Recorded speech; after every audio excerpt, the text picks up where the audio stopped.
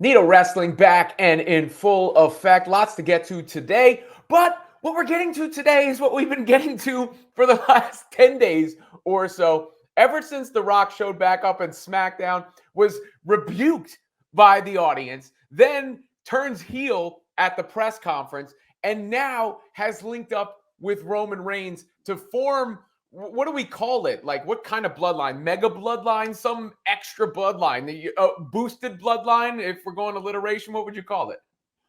It's Bloodline 2.0, man. This is the now you've got the version of The Rock that honestly I've been waiting for almost 10 years. The Rock that literally does not care about anything but his own self. But at this time, like we're in a very exciting time right now, man, because we have no idea what to expect.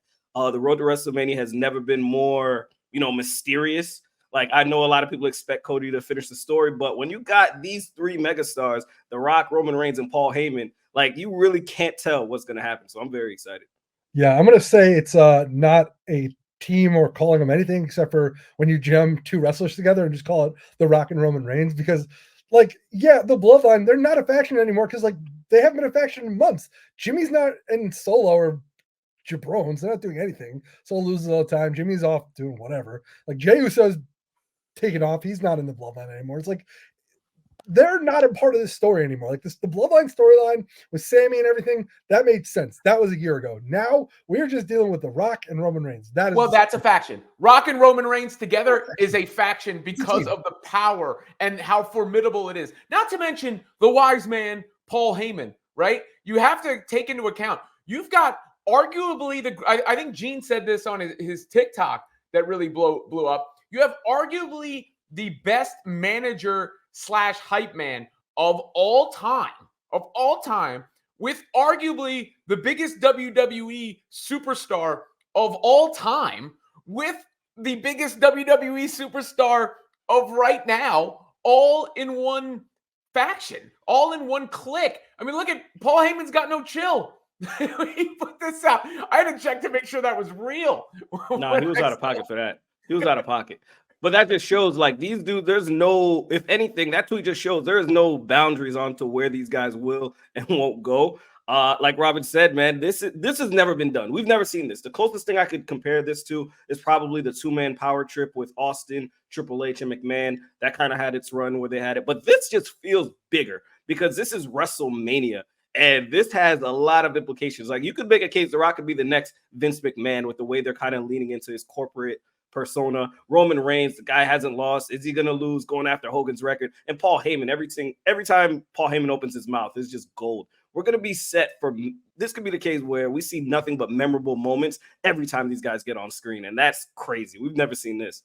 So I'm very invested in this storyline. I want to be very clear about that because I know it's going to be amazing. But it's February. We're going to get to April. So we're going to get 2 months of that, give or take, with them being on screen. But what happens after that? And for me, I don't really think this has a lot of legs where you're going to see like long-term storytelling of like them around a bunch. Maybe you get a match at SummerSlam and like they'll bring back Rock once in a while, but like it's hard. I don't want to say it's hard for me to get invested in The Rock because obviously I'm invested, but it's hard for me to be like long-term invested in The Rock because I ultimately know he's not going to be around in a few months and they're going to have to build to another set of storylines in between this. I disagree. Rock is going to be here for the long game. I mean, he said it. He said, I'm here for the long game. And you have to remember, this is maybe now the most important thing in his career. You know, his Hollywood stuff has not exactly gone well as of late. He's going to get movie parts and everything. I'm not saying his career is going away there. Moana 2 is going to be a smash, man. Let's chill. Let's relax. That's voice acting. It's really, still The Rock. It's still The Rock. Anybody could do that, right? Like, that's I disagree. That's not a Rock-fronted project. But I'm not trying to diss The Rock. What I'm trying to say is that he is now a stakeholder. He is now on the board of TKO. So it is in his best interest for WWE to succeed. They're not bringing him back like this willy-nilly. I don't think The Rock is just going away. I expect The Rock to be working at least part-time with WWE from this WrestleMania through next year's WrestleMania at minimum.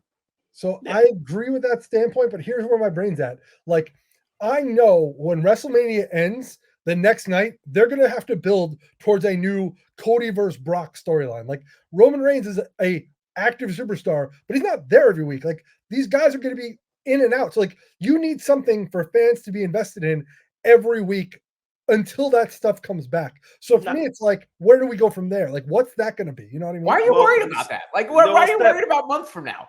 Seth, I would agree with you, but let's not act like The Rock hasn't booked WrestleMania main events a full year in advance. Him and Cena was booked a full year, and everyone was wondering how the hell are you going to keep people involved? The fact is, we got social media. This dude could drop a tweet to keep these things going. Like, we're in a different space as far as keeping fan interest. WWE Universe has never been more invested in pro wrestling product. A tweet, a promo here, a tape promo, anything is going to keep. How about an IG invested. post? Or an IG post. Look at this, man. Like, this guy is the king of social media. He doesn't have to be there every week. And we got guys like Logan Paul's not here every week. Roman Reigns not here every week. Like, Rhea barely defends her title. Like, WWE is in a space where they can literally string things along for a year. I'm shocked that Cody Rhodes has kept his buzz this long. So it just shows I'm gonna give faith. I'm gonna give them the benefit of the doubt that they'll be able to keep fan interest for a year if that's what they decide to do. To me, the best version of Rock ever was Hollywood Rock with the guitar and doing the sing-alongs and in that heel lane. And this is that, but on tilt. It's a little bit different because he feels like a mega boss, a final boss, like the bad guy in an action movie, cursing out Triple H, telling you haven't seen anything yet, you Cody crybabies. So this has a chance, in a way, to go from the lamest version of The Rock we've ever seen, what we thought it was going to be, to arguably the best version of The Rock, or at least on par with the best version of The Rock. The Rock has never been lame. Never been lame. I don't even care. Like Dwayne Johnson, whatever. The man has always entertained. He puts up numbers. If he stepped into that ring, every time he opens his mouth, it is dope. And honestly, back then, it was like, I'm just so happy he's back, even though he doesn't have to do it. Now, like you said, Robin, it seems like he's more invested because he's got monetary gain from this situation. So we're going to see him at a whole nother level, and I couldn't be more excited. But no, The Rock's never been lame. Like, let's chill with that. To me is, if I was more invested in Roman Reigns, if he was there every week, I'd feel really bad for him because he's getting kind of like kicked to the curb. Like you said, like Rock's the final boss. Roman's supposed to be the final boss. Roman's been the champion forever. He should be the guy we're talking about, but he's now an afterthought. And like, he's getting Farouked. Like, if this is the nation, like he's taking a side seat, and the head of the bloodline is The Rock. So like, that to me is kind of interesting. Is like, what happened with Roman? Like, and if he was around every week, I'd probably feel more worse for him. Be like, damn, this guy put in all this time to get to like this level, and The Rock just came in and was like, goodbye. But because Roman basically was a part-time superstar, I'm kind of like, I don't really feel bad for you because you were doing one promo, one beatdown. I mean, look what Roman did to Seth. He cooked Seth. He hadn't been around, came back, cooked Seth, had everybody lit on fire. Same thing. I mean, Roman and Rock. I will say this. Rock coming back and literally taking that spot from Roman without really doing much just shows. Anytime anyone says, yeah, Roman sits at the same table as Rock, Austin, no, you take a back seat to these dudes because this is not this. There are levels to this, and The Rock just showed with or without a title, without a match, he is the top dog in the WWE right now, and that just shows the star power. He's larger than life. But I disagree. I think that's where the long game comes in. I think you can have Rock and Roman aligned, Cody having to overcome Rock and Roman, however that plays out, and then you get to Roman versus Rock. And that's what I would have at next year's WrestleMania. So you have right now, let's say however it works out, but even if, let's say, Cody gets screwed in this, and then he has to overcome The Rock, and then Cody beats Roman eventually, let's say it's Survivor Series after Roman passes Hogan, then you start setting that up, what Gene and you have just discussed, of The Rock being truly the head of the table and Roman having lost everything and Roman wanting to prove that he is in fact the tribal chief, and then you have Rock and Roman next WrestleMania. All right, I'm going to throw out a scenario that I was talking to Gene about earlier of how I think they could book WrestleMania to potentially get to Rock and Roman. So here's my thoughts. Because right now we know Seth is potentially fighting the winner of Elimination Chamber at Mania. So what happens if Cody fights Rock night 1, Seth's fighting whoever, and Seth interferes to make sure that Cody beats The Rock. And then the next night when Cody fights Roman, Seth comes out and screws Cody, aligns with Roman, because now you have they're Shield brothers. There's a lot of ways you can go. And if Roman's going away again and Rock's going away again, now you can once again do Seth and Cody because they'll both be around after. And so Roman keeps the title. Cody's been screwed over by Seth. Seth gets a new breath into his sails, to push him in a new direction. And then you could have Rock eventually come out being like, why is this guy screwing around? He's not a part of the bloodline. And then that tails you back to Roman and Rock now fighting. So like there's a lot of ways that could go. So like I'm throwing out that as this scenario. I know we're going to talk about Seth. So that's my suggestion for what you do with Seth. Well, I mean, here's the thing with Seth. The way that they're setting up that promo, and perhaps I know Gene believes that Seth's eventually going to turn on Cody as well. But to me, the way that they set up that promo means that it's either going to be a tag with some sort of stakes where it's Seth and Cody against Roman and Rock at one night of WrestleMania, or they're going to do Rock Seth with Cody and Roman the other match. And then you could have the Bloodline have all of the titles coming out of WrestleMania and the Cody crybabies being really, really in their feelings. I can see that. The Seth inclusion into the WrestleMania main event is the most interesting aspect of this, because you're not putting him there just for, just to add him, just to be there. At the end of the day, like, I have no idea what they're going to do with Seth, but my one prediction is, why would you put him in that match unless he's going to have an involvement in the conclusion of it? I think he's going to screw over Cody. I think it's a foregone conclusion at the end of the day. Cody dismissed Seth's championship. Seth put out the most heartfelt challenge I've ever heard a challenge. Like, it's never been done. A champion begging a challenger to face him at WrestleMania. I've never seen that happen. And Cody kind of just dismissed him. Seth has been known to backstab people when you least expect it. I could see Seth costing Cody the championship, which would make Cody an even bigger baby face than he is right now, if that's even possible. And Cody overcomes another year. You get Cody, Seth, SummerSlam, and then Cody finishes the story next year. The only wrinkle in all of this, though, is the Elimination Chamber, because they've said the winner of the Elimination Chamber fights Seth Rollins at WrestleMania for the title. So that, to me, doesn't make a lot of sense, because now you could do it this way. If Seth's fighting whoever, let's say it's Drew McIntyre, okay, and you have that match, I think we all feel pretty confident that, like, you're going to have Damian Priest screw over. Let's say Seth beats Drew at WrestleMania. You're going to have Damian Priest come in cash right away, take that title, because now you're going to be able to push Damian Priest against whoever on Monday Night Raw. And then if you do have Seth screw over Cody, that's your new storyline for SmackDown. So that gives you two stories post-Mania, because you have to keep thinking about, like, what are they going to do post-Mania? I understand we're always building to Mania and what's going to happen at Mania, but to me, it's what's going to happen after Mania. Where do the storylines go from there? So it makes sense to have a Damian Priest cash in, take that title, because then you could have, and he's also R-Truth against Damian Priest. What's that? You got to do R-Truth against Damian Priest. Well, they're going to win the tag titles. They're going to win the tag titles. We're taking the tag titles from Priest and Balor at WrestleMania. Oh yeah, 100. That's a lock. That's a lock. R-Truth is going to get his WrestleMania moment. Let's say Priest wins the title. He's dropped the tag titles. You could have Finn Balor turn on him and end the Judgment Day, and have JD McDonough and Finn Balor team up and try and beat down Priest and maybe Dominic. You could have Dominic turn on Priest because he wants to be the biggest star. There's a lot of different ways you could go of, like, breaking up Judgment Day and having Priest in fight with some of those guys. You could obviously just put him against Shu, so who's a top babyface on that side of the show. There's a lot of different ways you could go, which is also interesting. But yeah, that to me is, like, ultimately for Seth, I think he's dropping the title one way or another in Mania.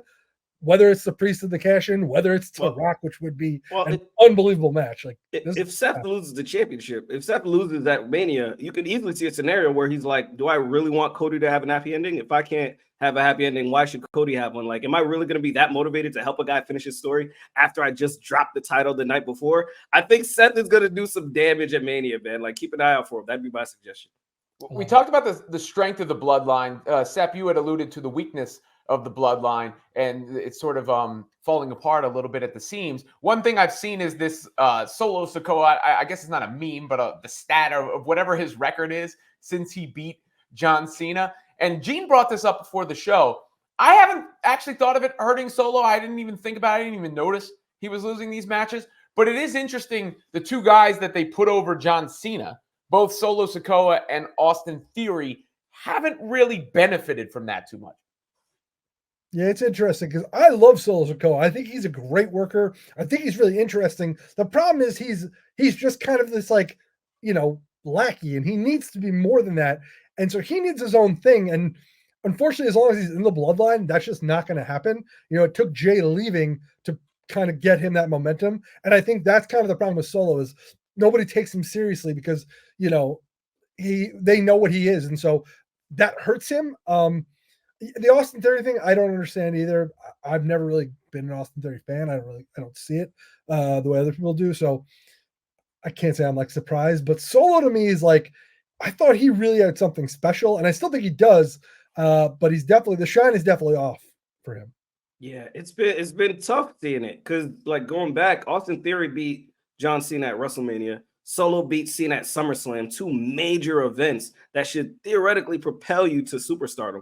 The problem with Solo, I think they pushed him too quick to the point where they put him on the same level as facing guys as Randy Orton, facing guys as LA Knight who were just on fire. And those guys can't afford to lose either. So it's almost like he's a main eventer, but not to the point where he's going to beat the top dogs. So he's just been booked pretty poorly. I think they had aspirations for him, but it's like you said, Seb, I think they had plans for him to beat Cena, but they didn't have plans for post-victory Cena because it's looking like he's just been booked very short-sighted.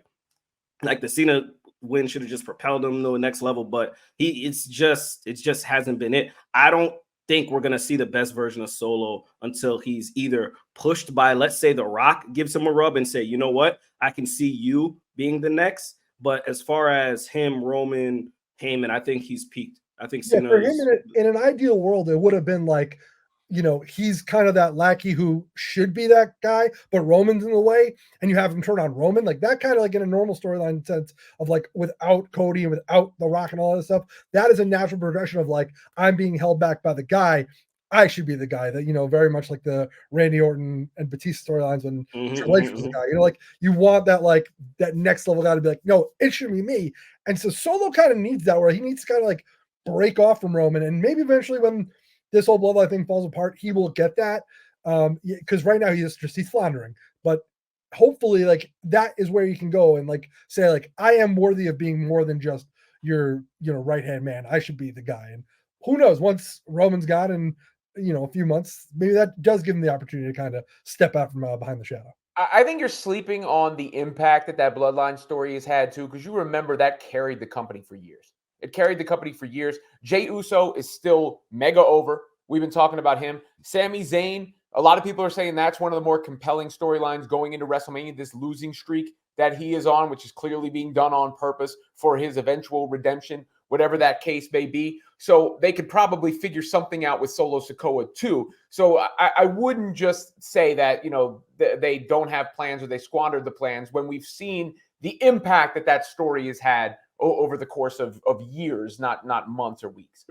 But to Seth's point, Robin, those guys, Sammy and Jay, we saw them flourish outside of the bloodline. Jay hit a certain peak to the point where they had no choice but to let him go and kind of create his own self. Sammy was just a star.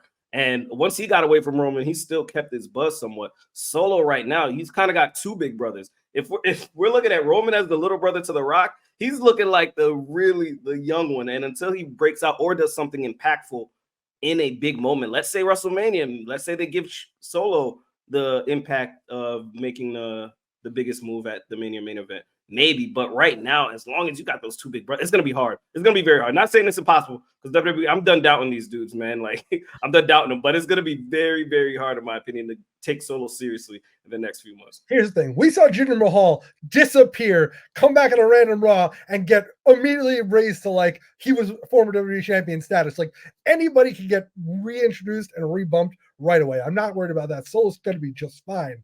But I think it does show like that the thought process of him beating Cena and giving him that status, like, should have meant more. I think that's kind of my whole thing is like, you have somebody of John Cena's ilk who clearly when he comes back, he's trying to get over a young talent, help them every time he's around. He's trying to impart them wisdom and give them that rub because he knows he only has a finite amount of time left. And so that's where it's like disappointing because like you see the work Cena's doing to try and give these guys that like elevation, and then for them to just kind of like, sputter out to nothing. It's like that's disappointing. Speaking of being elevated, we haven't touched on this, I don't believe, on the show yet. Okada to AEW.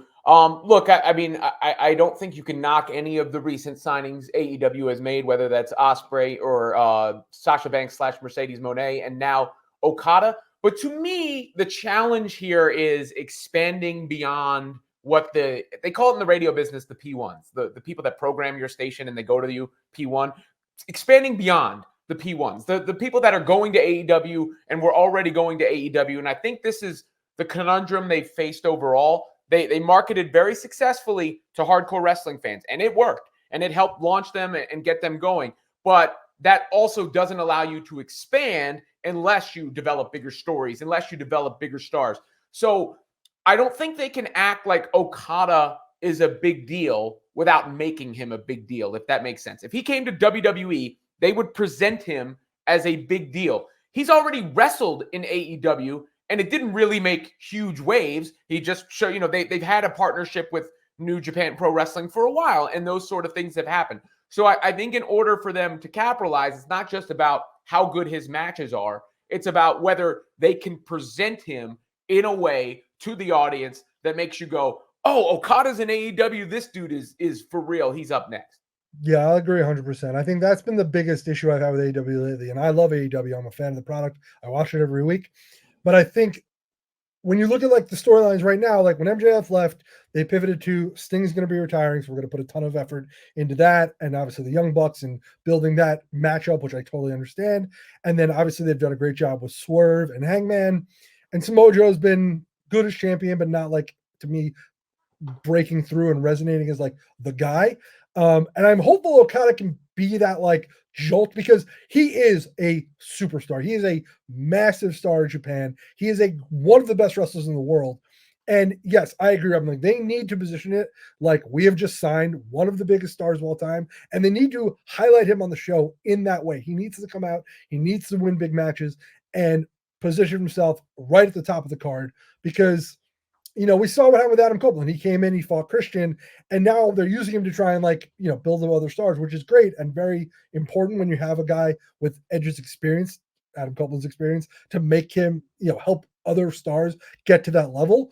But it also has been a little bit of a disappointment, because for someone who has the career accomplishments of Adam Copeland, he should be like the guy. He should be fighting Samoa Joe. He should be positioned in that spot. And because he's not, it doesn't feel as important. And so that for me is where like Okada, you have to make sure when he comes in, he is getting that opportunity. And if you have to put someone in there to help with promos and make him even a bigger star, there are plenty of guys on that roster and gals behind the scenes who can grab a microphone and be his mouthpiece and talk smack and let him come out and wrestle and blow people away with his in-ring work. But yeah, you have to be very smart about how you position him and how you showcase him to the audience, because there are going to be people who still don't know who he is. Yeah, well, I'll say just from a casual standpoint, AEW is doing a great job in the sense where you're getting the names that WWE want. Like you get in the Sasha the Mercedes Monets, you're getting the Will Ospreys, and now you got Okada. So if I'm a fan of AEW, I'm excited because at least Tony Khan is swinging for the fences. You might not know how you're going to package him yet, but it's kind of like, let's sign him and figure all that out later. But this would have been a worst case scenario. You cannot lose stars to WWE at this point if you're AEW. If you're trying to compete, the first thing you got to do is get some of these big names in the door, figure out all that stuff later. But as long as they got the money, they're going to get these players, and hopefully it improves the product.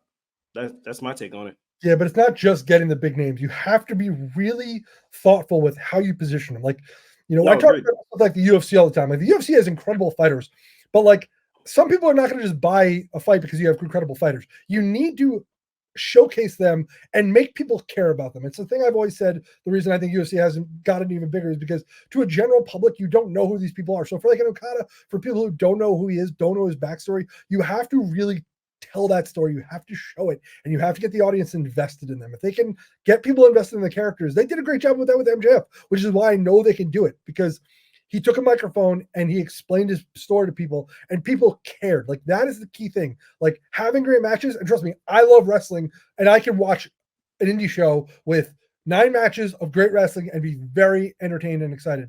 But when you are producing television on a weekly basis, you have to have people invested in these characters, and it can't just be, I'm talking smack, I'm going to fight you, let's go. It has to be like, who are you? What do you stand for? Why do I care about you? You need that side of the of No, wrestling. I don't think any of us disagree with that. That they got to figure out to make these people care about them. But I'm just saying in a sense where if they're free agents, if they're big name free agents, get them and then figure that shit out. Because like at the end of the day, like you have to get the big name. Because AEW's track record, to me, they don't know how to build stars like that. Yeah, you got MJF. You could probably count on one hand how many stars they've organically built. CM Punk and Cody Rhodes could have been huge in AEW, but they didn't know how to package them correctly. So but I right think now, they need to turn them into big names. Is the point? These are big yeah. names to like wrestling fans. They're not big names like Mercedes The Rock, Moné, Roman Reigns, and CM Punk, and now Cody Rhodes are to the casual fan.